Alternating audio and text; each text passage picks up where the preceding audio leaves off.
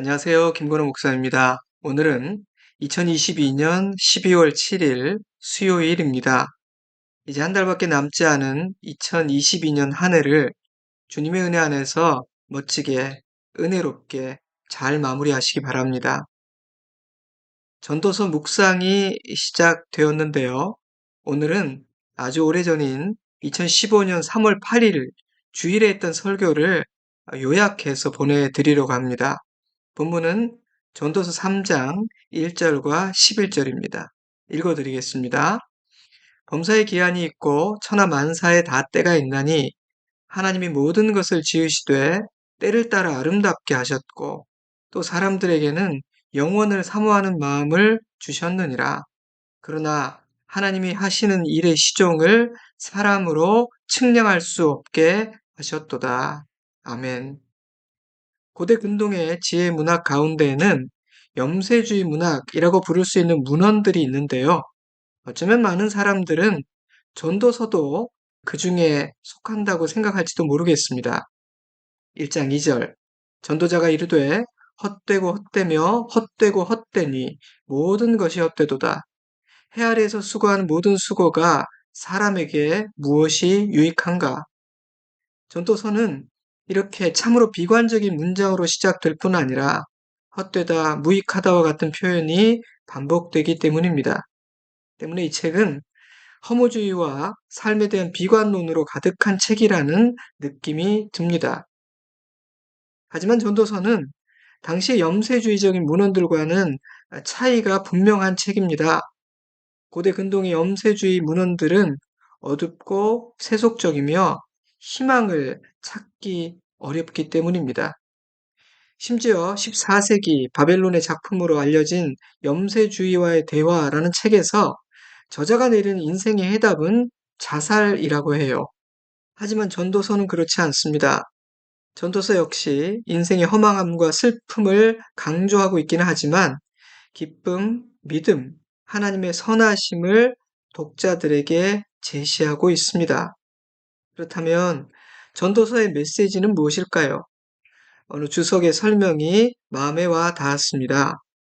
전도서는 세속적인 사람들에게는 자신들의 세속주의적인 삶의 결과를 직면하라고 도전하는 복음적인 책인 동시에 하나님의 백성들에게는 이 세상에서 살아가는 삶의 허무함과 인생의 수수께끼를 있는 그대로 진지하게 받아들이라고 도전하는 진정한 현실주의로의 초청이다. 전도서는 하나님 없이 살아가는 세속주의와 또한 신앙인들의 비현실적인 낙관주의 이 모두를 배격하고 있다. 전도서 1장 1절은 이렇게 시작됩니다. 다윗의 아들 예루살렘 왕 전도자의 말씀이라.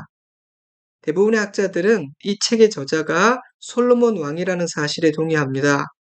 이렇게 자신을 밝히며 시작되는 전도서에는 내가라는 1인칭이 많이 등장하죠. 이 글들이 솔로몬 자신의 경험에서 우러나온 개인적인 삶의 고백이요, 신앙의 고백이라는 뜻입니다. 솔로몬은 어떤 사람입니까? 이 세상에서 부귀와 영화를 누렸던 사람입니다. 그는 전도서를 통해 자신이 이 땅에서 모든 것을 해보았고 모든 것을 누려보았다고 스스로 고백하고 있기도 합니다. 또한 그는 지혜의 대명사였죠. 때문에 솔로몬의 명성을 직접 확인하기 위해 당시 땅끝으로 여겨지던 남방의 여왕이 찾아오기도 할 정도였습니다.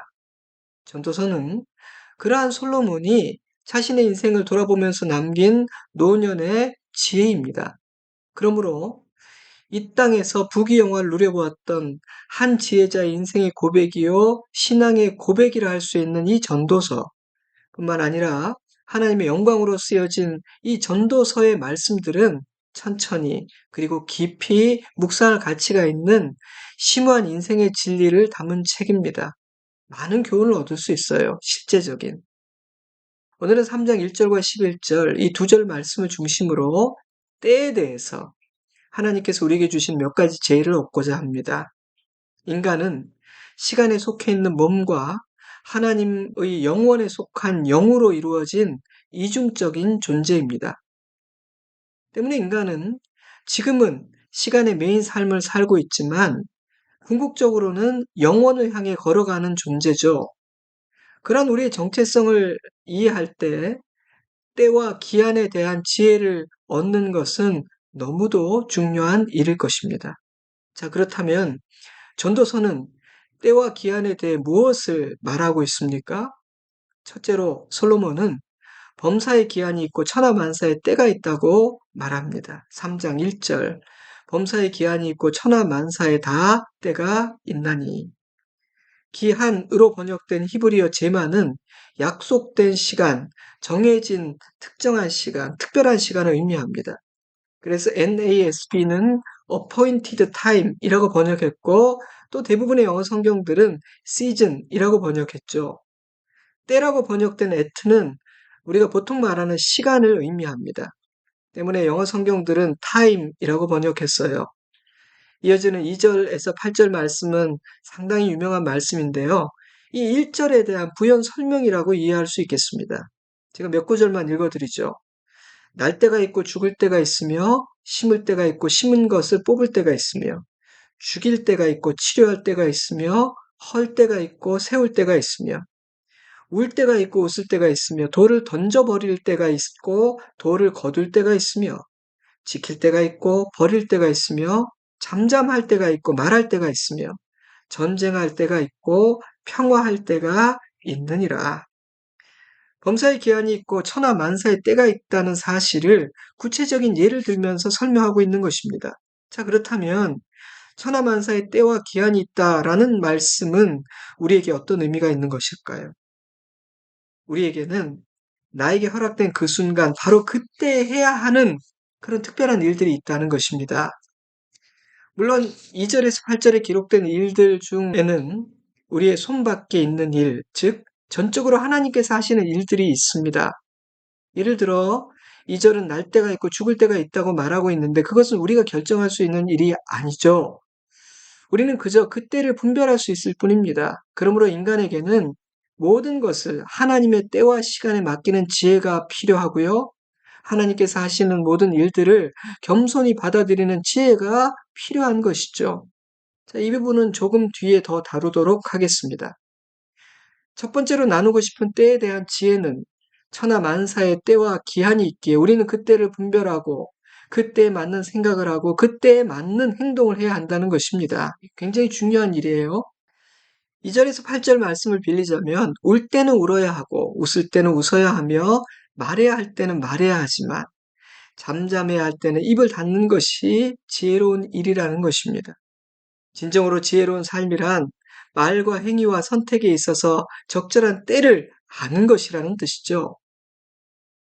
마크 부캐넌은 영혼의 사계절이라는 책에서 인생에는 사계절이 있기 때문에 인생의 모든 순간에서 무조건 균형을 가지고 유지하려고만 하는 것이 아니라 리듬을 타야 한다고 말하고 있습니다. 즉, 내게 주어진 그 인생의 계절과 그 때를 따라 건강하게 치우칠 줄 알아야 한다는 것이죠. 저는 그 책을 읽으며 이런 교훈을 얻었습니다. 균형을 갖는 것도 중요하지만 때에 맞는 올바른 치우침을 갖는 것도 중요하다. 인생의 계절과 나에게 허락된 그 때와 기완에 맞추어 리듬을 탈 줄 알아야 한다. 예를 들어, 우리 인생이 겨울이 찾아올 때가 있습니다.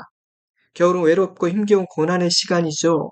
몸과 영이 위축되고 희망보다는 절망감이 더 크게 느껴지는 시간입니다. 마크 부캐넌은 겨울에는 기도하고 자숙하며 봄을 바라보고 기다려야 한다고 권면합니다.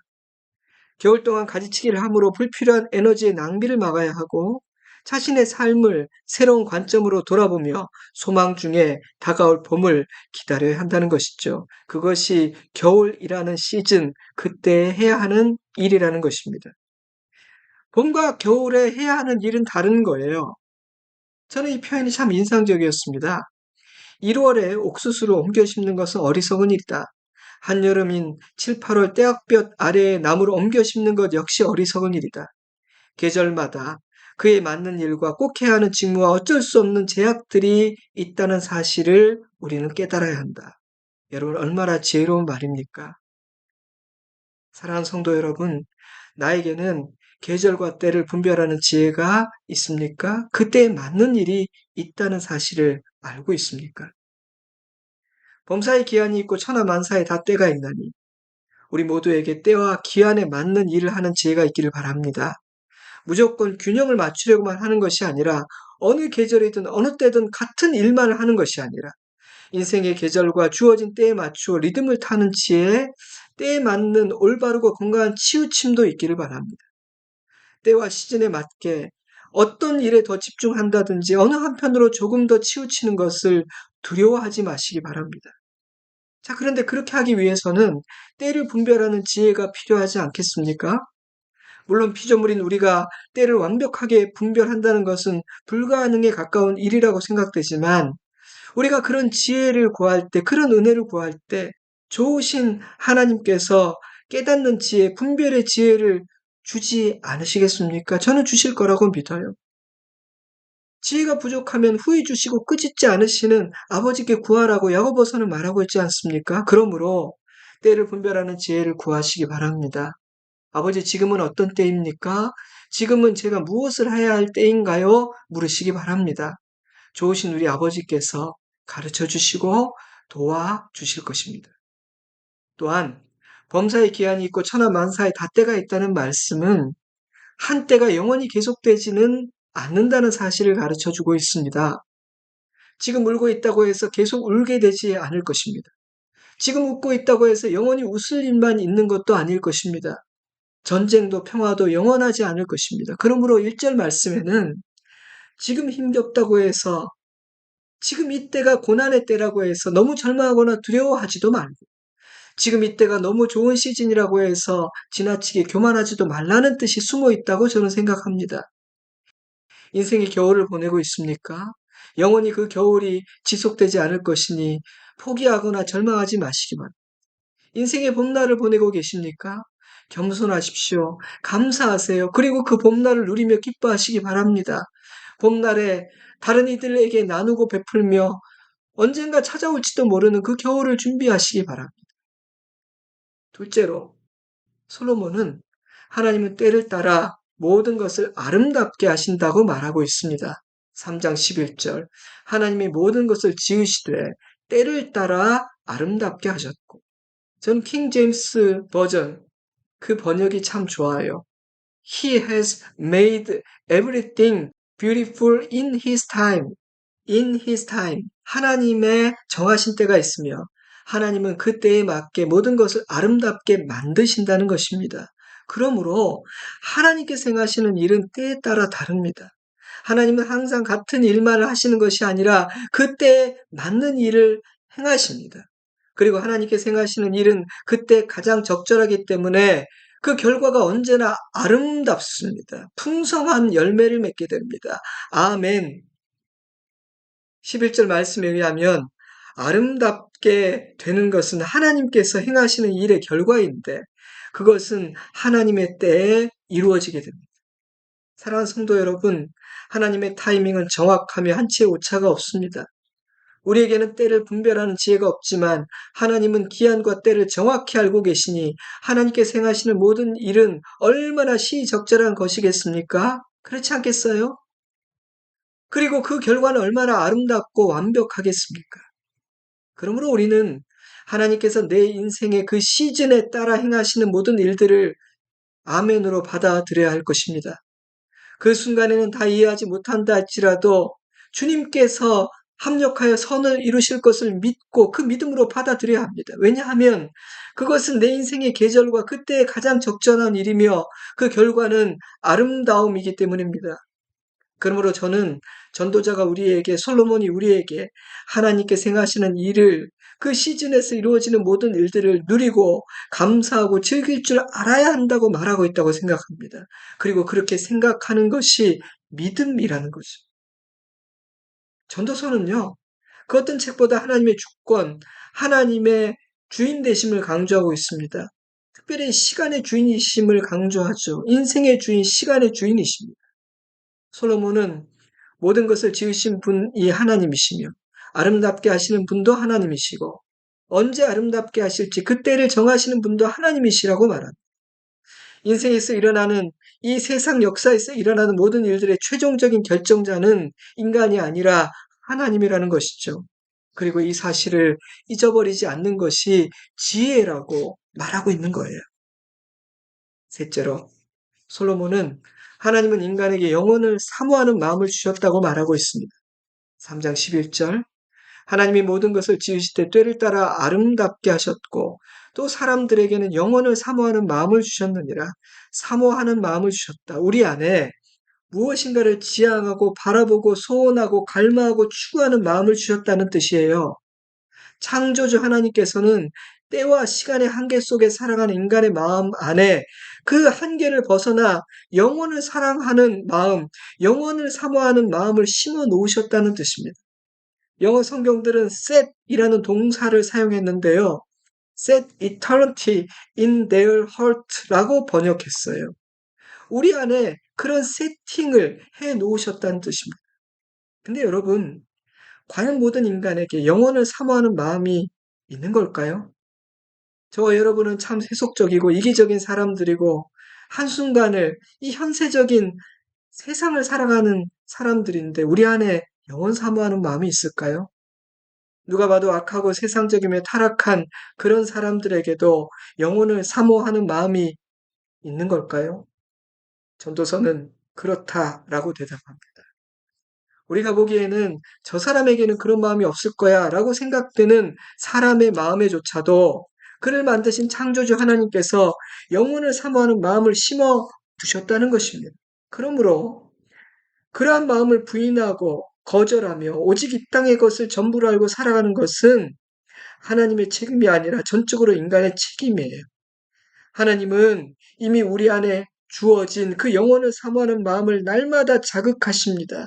끊임없이 말씀하십니다. 때문에 그러한 하나님의 음성과 은혜를 거절하고 그 영혼에 대한 생각을 저버리고 이 땅의 것을 전부로 알고 살아간다면 그 결과는 내가 책임져야 한다는 경고인 것이죠. 하나님 앞에 서게 될 때 핑계하거나 변명할 수가 없다는 뜻입니다. 또한 저는 이 말씀은 복음을 전하는 전도자들을 위한 강력한 동기부여가 된다는 생각이 들었어요. 만약 하나님께서 모든 사람들의 심령에 영혼을 사모하는 마음을 주셨다면 그 사람은 듣지 않을 거야, 안 될 거야, 함부로 판단할 수 없기 때문입니다. 때문에 우리는 말씀을 전하고 그를 위해 기도하며 그 사람 안에 심어 놓으신 영혼을 사모하는 마음에 불이 붙기를 기다려야 합니다. 모든 인간의 마음 깊은 곳에는 창조주 하나님께서 심어두신 영혼을 사모하는 마음이 있기 때문입니다. 내 남편에게도, 내 아내에게도, 내 부모님에게도, 자녀에게도 그런 마음이 있어요. 주님께서 그 불을 붙여 타오르게 하시길 우리는 기도해야 하는 거예요. 또한 이 말씀은 이 세상의 것들이 전부를 알고 이 세상의 시간이며 사는 존재가 되어서는 안 된다고 교훈합니다. 이 땅에 있는 것만을 바라보며 살지 말라는 것이죠. 전도서는 비록 우리는 이 땅에서 육신의 한계, 시간의 한계 속에서 살아가고 있지만 영혼을 사모하는 마음을 가진 자라고 도전합니다. 그러므로 하나님께서 우리 안에 주신 그 영혼을 사모하는 마음의 목소리와 음성에 귀를 기울이고 반응해야 한다는 것이죠. 사랑하는 성도 여러분, 하나님께서 내 안에 심어주신 영혼을 사모하는 마음을 소중히 여기시기 바랍니다. 그 마음의 소리, 그 마음의 감동에 민감하게 반응해야 합니다. 그 빛에 눈을 뜨게 되는 그 찰나적인 순간을 놓쳐서는 안 됩니다. 나만 그렇게 해서는 안 됩니다. 내가 사랑하는 나의 가족들, 특히 나의 자녀들 역시 영원을 사모하는 마음을 갖고 그 영원을 소중히 여기며 살 수 있도록 도와야 됩니다. 저는 그것이 지혜로운 부모가 하는 일이라고 확신합니다. 마지막 네 번째 교훈은 인간은 하나님께서 하시는 일을 측량할 수 없다는 것입니다. 그러나 하나님이 하시는 일의 시종을 사람으로 측량할 수 없게 하셨도다. 이 말씀은 솔로몬이 내리는 전도서의 아주 핵심적인 결론 중에 하나라고 저는 생각합니다. 이 말씀은요, 하나님이 하시는 일의 시종을 인간이 측량할 수 없다는 이 말씀은요, 나는 지음받은 피조물이라는 사실을 잊지 말고 살라는 말씀입니다. 겸손하라는 것이죠. 왜 이 사실이 중요한 결론이 되었을까요? 솔로몬에게 피조물의 한계를 깨닫는 것은 여호와를 경외하는 지혜를 얻는 데 있어서 필수적인 전제 조건이 되었기 때문입니다. 자신의 피조물됨과 한계를 인정하지 않는 사람은 여호와를 경외하지 못해요. 그러므로 지혜롭게 살 수 없기 때문입니다. 3장 14절이에요. 하나님께서 행하시는 모든 것은 영원히 있을 것이라. 그 위에 더할 수도 없고 그것에서 덜 할 수도 없나니 하나님이 이같이 행하심은 사람들이 그의 앞에서 경외하게 하려 하심인 줄을 내가 깨달았도다. 아멘. 인간이 자신이 피조물이라는 사실을 잊고 피조물의 한계를 뛰어넘으려 할 때 큰 사고가 일어나고 인간은 불행해지게 돼요. 창세기 3장 5절 너희가 그것을 먹는 날에는 너희 눈이 밝아져 하나님과 같이 되어 선악을 알 줄 하나님이 아시니라. 이러한 사단의 유혹에 넘어갔기 때문에 피조물의 한계를 넘어서 하나님처럼 되려 했기 때문에 죄가 세상에 들어와 세상이 망가지고 인생이 망가진 겁니다. 왜냐하면 아담과 하와가 피조물이라 한계를 인정하지 않고 여호와 하나님을 경외하고 의지하는 삶을 거부했기 때문이죠. 창세기 11장 4절 또 말하되 자 성읍과 탑을 건설하여 그 탑 꼭대기를 하늘에 닿게 하여 우리 이름을 내고 온 지면에 흩어짐을 면하자 하였더니 피조물로서의 한계를 인정하지 않고 하늘에 닿는 탑을 쌓아 자기 이름을 내려 했던 인간은 큰 아픔을 경험하게 됩니다. 불행해졌죠. 그러므로 오늘 솔로몬이 믿음의 후손들에게 주는 교훈, 인간은 하나님께서 하시는 일의 시종을 측량할 수 없다라는 교훈은 인생을 위한 안전장치와도 같습니다. 너의 선조들은 그 사실을 잊어버렸기 때문에 넘어지고 실패했다. 그러니 그 자리에서 또다시 넘어지지 않기 위해 너희의 한계를 분명히 알고 범사 여호와를 인정하고 경외함을 살아야 한다. 그것이 솔로몬이 세상에서 부귀영화를 누리고 지혜자로서 살아본 결론적인 교훈이었던 것이죠. 사랑하는 성도 여러분, 이 땅을 사는 날 동안 하나님께서 행하시는 모든 일들은 인간에게 참 신비로운 일이에요. 때문에 인간은 그것의 아주 일부밖에 알지 못해요. 정말 작은 부분밖에 보지 못합니다. 때로는 우리의 유익을 위해서 일부러 감추실 때도 있고요. 때로는 보이시지만 우리가 어리석고 눈이 가려워서 보지 못하고 깨닫지 못하게 되기도 합니다. 전도서는 그것이 우리 삶의 현실이고 피조물인 인간의 한계라는 사실을 분명하게 말하고 있어요. 그렇다면 그런 한계를 가진 나는 어떻게 살아야 할까요? 한 문장으로 간단하게 표현하자면 피조물다운 삶을 살면 됩니다. 피조물답게 산다는 것은 어떤 것일까요? 제 생각에는요, 우리에게 분명하게 알려주신 그 진리에 충실하게 살아갈 뿐 아니라 하나님께서 내게 허락하신 모든 것들을 감사함과 기쁨으로 누리며 살아갈 뿐 아니라 내가 알지 못하는 신비한 영역에 속한 것은 하나님의 때와 주권에 맡기고 순종하고 기다리며 살아가는 것, 그것이 피조물다운 삶이라고 생각해요. 거기 한 가지를 덧붙이자면 우리 모두는 아버지의 뜻을 헤아리기 위해 지혜를 구해야 한다는 것이고요. 하나님의 때를 분별하는 어른으로 성장해야 한다는 것입니다. 언제까지나 때와 시를 전혀 분별하지 못해서 그때에 합당하지 못한 어리석은 행동을 하는 어린 아이로 살아서는 안 된다는 뜻입니다. 바로 그것이 전도서가 우리에게 주는 결정적인 교훈이에요. 오늘 우리는 네 가지 교훈을 묵상했습니다. 솔로몬은 범사의 기한이 있고 천하만사의 때가 있다고 말합니다. 하나님은 때를 따라 모든 것을 아름답게 하신다고 말합니다. 하나님은 인간에게 영혼을 사모하는 마음을 주셨다고 말합니다. 그리고 인간은 하나님께서 하시는 일을 측량할 수 없고 이해할 수 없다고 말합니다. 바로 이것이 지혜자인 솔로몬이 얻게 된 인생에 대한 교훈, 보다 구체적으로는 때와 시에 대한 교훈이었습니다. 자, 이 아침 이 네 가지 교훈을 마음에 새기며 내게 주시는 교훈이 무엇인지를 한번 묵상해 보고 정리해 보시기 바라요. 우리가 그 지혜를 얻을 때 비록 시간의 한계 속에서 피조물의 한계 속에서 나그네 인생길을 걸어가고 있지만 영원이라는 시간에 눈뜬 참된 지혜자로 살 수 있을 거라고 믿습니다. 전도서는요, 인생의 한계가 무엇인지를 말해주고, 그러나 그런 우리가 하나님을 인정하고 경외하며 신뢰하며 살아갈 때 얼마나 지혜로울 수 있고 그 허무하고 무의미한 삶이 의미와 감사와 기쁨으로 가득 찰 수 있을지를 말해주고 있습니다. 전도서는 굉장히 귀하고 아름다운 책이에요. 사랑하는 여러분, 2022년이 이제 한 달 남았습니다. 세월을 아끼는 지혜, 남은 날을 계수하는 지혜가 필요한 때라고 생각합니다. 여러분, 우리가 전도서 3장 1절을 묵상하고 2절에서 8절을 읽으면서 그 때에 맞는 일이 있다고 했죠.